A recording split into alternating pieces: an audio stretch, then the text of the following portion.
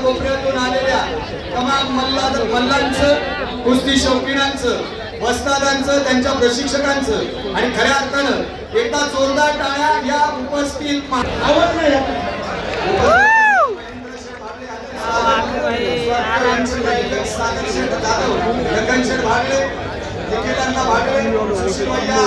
जाधव, नगरसेवक रामभाऊजी दाभाडे, त्याचबरोबर या सर्वांचं हार्दिक स्वागत.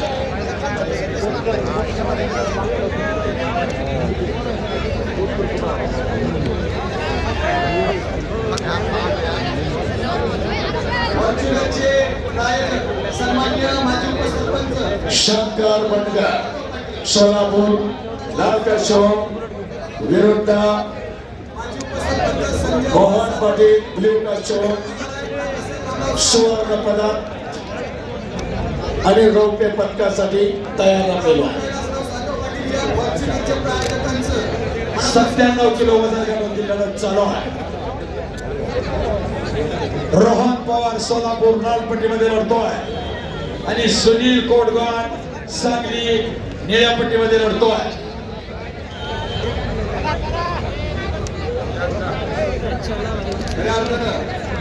आता प्रशांतजी ठाकूर साहेबांचे बंधू पैलवान परेशजी ठाकूर उपस्थित होत आहेत. आपलं मनापासून हार्दिक स्वागत करताना ठाणे जिल्हा कुस्ती संघाच्या आपण अध्यक्ष या ठिकाणी मनापासून हार्दिक स्वागत.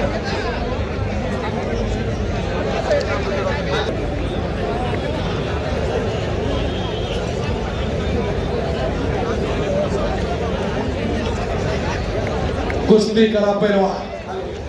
4 गुणाची कमाई रोहनच्या खात्यामध्ये झालेली आहे. 97 किलोची फायनलची लढा. सरपंच म्हणून पप्पू कालेकर काम पाहताय.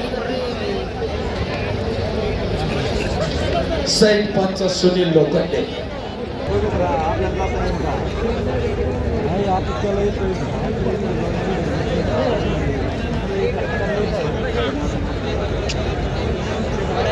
महाराष्ट्र केसरी किताबाकरिता या ठिकाणी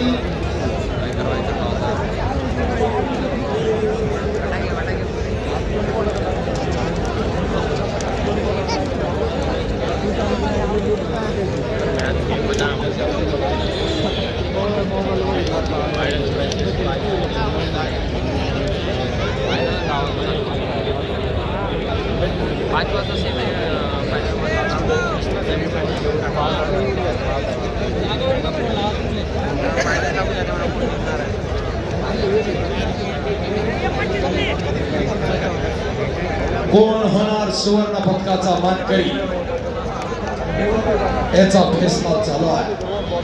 पहा इकडे 97 ग्राम पदक आणि अभिजित फेडणेकर पटकावर आपले खातं खुले पहा. लाल 3 निळा 1. 97 किलो एक तगडा पदकाची लढा माती वर्गामध्ये चालू होईल. रविराज चव्हाण सोलापूर खोदकर कोलकाता अहिल्यानगर निळ्यापट्टीमध्ये माती आखाड्यावरती तयार राहायचं आहे.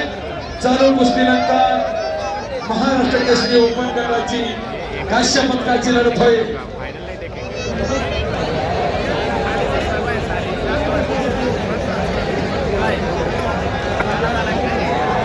पुन्हा समोरासमोर कुस्ती चालू आहे. 97 किलो वजन गट माती विभाग.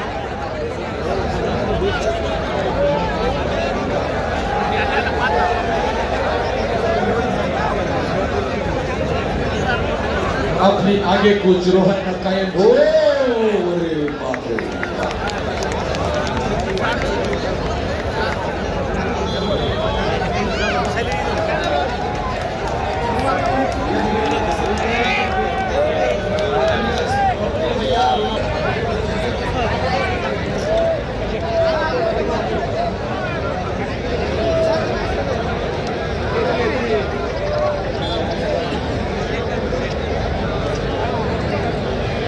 गतिमान कुस्ती चालू आहे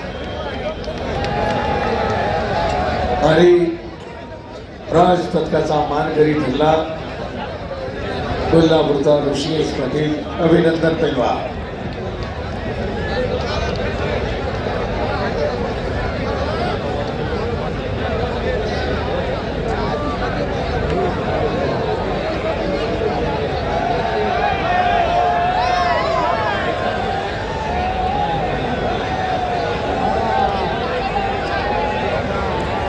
बघा कोल्हापूरचा तुमच्या नारळ करतोय टाळ्या वाजवा जरा भले.